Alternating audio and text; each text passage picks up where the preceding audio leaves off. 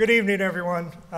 Students, faculty, staff, alumni, welcome and thank you all for being here tonight. It's almost been 1 year now since I returned to Dartmouth, returning to this home in Hanover that I left in a much different capacity 37 years ago. Much has changed since I left in the spring of 1977, but even more has remained the same. And foremost, what I took for truth as a young graduate has been affirmed through my nearly 4 decades in higher education. There is no finer undergraduate education than the one offered by Dartmouth. Everywhere on campus, I've been greeted with manifestations of this reality. I've seen it in the quiet and uncelebrated moments, the conversations and dinners that we've shared, my hours in the classroom, the letters I've received, all of which affirm the intellectual curiosity of our students, the strength of our faculty, the living and breathing commitment of so many people on this campus to make the world a better place. I see it in our college's leadership in experiential learning, fundamental to ensuring a sustaining higher education model for the future. And I see it, of course, in the many accolades earned by our students, in the classroom, on the playing field, in the studio, in the lab. In this year's graduating class, there's not one but 2 students who are the college's 74th and 75th Rhodes Scholars. Of the 20 Teal Fellows chosen worldwide, 3 hail from Dartmouth. And Dartmouth is home today to one of the most decorated NCAA athletes in the history of college sports. Indeed, some of the most talented, passionate, and engaging students, faculty, and staff that you'll find anywhere in the world call Dartmouth their home. As an alumnus, I have been so proud to put this institution's name behind my own on my resume. And I am doubly proud to have the privilege today to serve at its helm. There is, I echo, no finer undergraduate education anywhere than the one offered here. And while ours is a legacy of scholastic excellence, it's also a legacy of a unique social experience. An experience of lifelong friendships forged in this New Hampshire town, a singular experience that has, for generations, born graduates with unparalleled strength of character and emotional intelligence. We are a great institution, an enduring institution, 245 years old, poised for an even grander future. But Dartmouth's promise is being hijacked. Hijacked by extreme and harmful behaviors, masked by their perpetrators as acceptable fun. The list of offenses is familiar to us all, from sexual assaults on campus, to dangerous drinking that has become more the rule than the exception, to a disregard for human dignity exemplified by hazing, events with racist and sexist undertones, disgusting and sometimes threatening insults hurled on the internet. A social scene that is too often at odds with the practices of inclusion that students have every right to expect on a college campus in 2014. The actions I've just detailed are antithetical to everything that we stand for and hope for our students to be. There is a grave disconnect between our life in the classroom and behaviors outside of it. Behaviors which too often seek not to elevate the human spirit, but to debase it.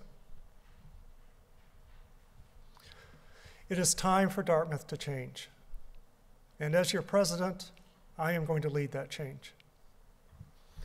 It is time for us to act in order to preserve what is unique and joyous and fun about the undergraduate experience at Dartmouth, and to end the behaviors that are in conflict with our mission and fundamentally harmful to individuals, and to the fabric of our community.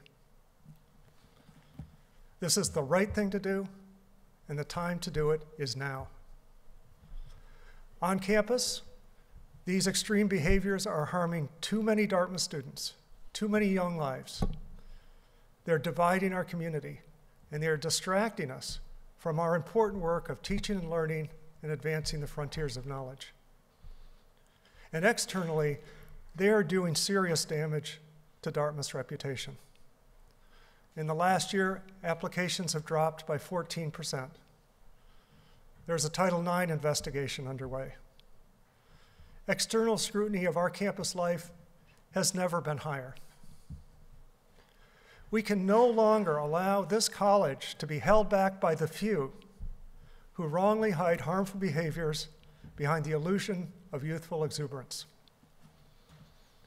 Routinized excessive drinking, sexual misconduct, and blatant disregard for social norms have no place at Dartmouth. Enough is enough. I am calling on us to create fundamental change in every place on campus where the social scene is carried out. Residence halls, Greek houses, affinity houses, senior societies, sports teams, and every other campus organization. Now, to be clear, we have taken a number of corrective actions in this direction. The Dartmouth Bystander Initiative, introduced last summer, is giving students the tools to recognize and intervene in the case of a potential sexual assault. In February, we announced the formation of the Center for Community Action and Prevention that will more broadly mobilize the community towards the prevention of sexual assault and violence. In June, we will put in place a new sexual assault policy that includes mandatory expulsion. We're launching a major initiative to create a house model within our residence halls, which will provide another powerful option for students to build community and carry out social interactions. And simultaneously, our efforts to reduce the incidence of excessive drinking are starting to bear tremendous results, with a number of episodes involving students with a dangerously high blood alcohol content falling this year by 60%, continuing a 3-year downward trajectory. In each of these areas, students and student organizations have stepped up to provide support, ideas, and introduce new initiatives, such as the Greek Leadership Council's sexual misconduct policy. This is progress. This is great progress, but we must not confuse it with success. As you may recall, last month, Chairman Steve Mandel wrote to the Dartmouth community stating that the time had come for a serious discussion of social norms and community standards on campus. Tonight's meeting, over a month in the planning, kicks off that process. I am calling on every member of our community to be part of this discussion, and more importantly, part of the solution. Each of us must ask, with every action we take on this campus, are we strengthening our community or are we undermining it? With me tonight are leaders of this college, trustees, faculty, the provost designate, students, staff, leaders of this college, representatives of all constituents. We are men and women, young and old, united in our abiding love for this school. And we are asking each of you to join us today as we bring a student experience to this college that is every bit the equal of the preeminent education we offer. Allow me to offer a roadmap of how we're going to move forward together towards actions that will be decided on by the November meeting of the Board of Trustees. To begin, I'm forming a presidential steering committee that will recommend actions to end high-risk and harmful behaviors. The committee will be made up of students, faculty, administration, and alumni, and we'll spend the summer researching and crowdsourcing the best solutions for a way forward.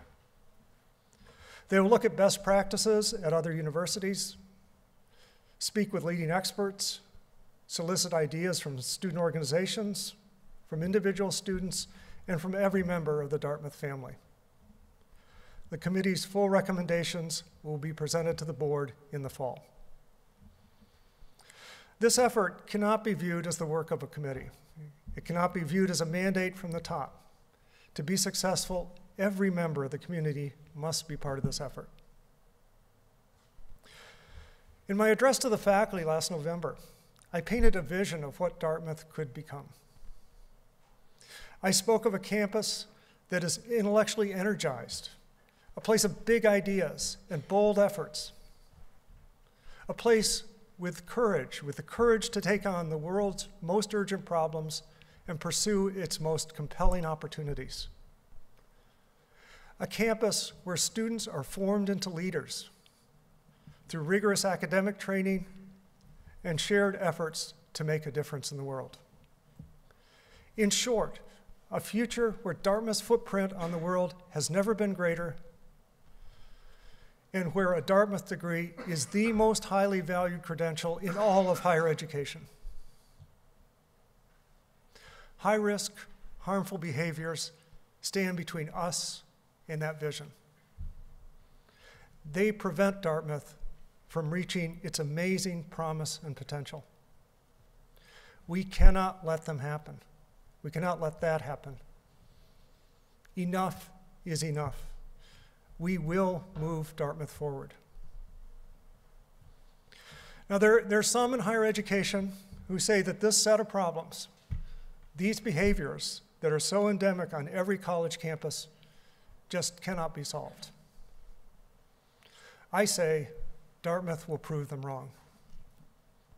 Dartmouth will take the lead in American education by bringing campus life back to a safe, sustainable place. Students will come to Dartmouth because we offer the finest education in the world and a campus experience that is in every way and at every moment worthy of its stature. Always, but especially at this hour, much is expected of Dartmouth. I know I speak for our community when I say we welcome the high expectations and we will deliver. Thank you very much.